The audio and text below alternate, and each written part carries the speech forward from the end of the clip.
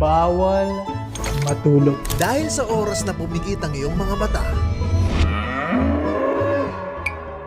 eto na ang bangungot mo. At talagang gugulatin ko mga kaibigan ko dahil Isa sa kanila ang dadalhin ko sa airport, papasakayin ng eroplano ng naka-blindfold at dadalhin sa lugar na hindi niya alam at makakatanggap ng matinding parusa katulad nito.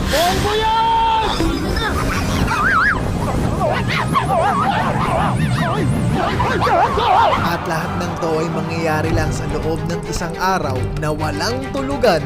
Ito na ata ang unang video na walang kaplano-plano, lahat to ay biglaan. Sino ang unang makakatulog sa aming apat?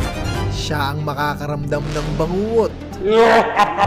Dahil wala siyang alam kung saan siya pupunta.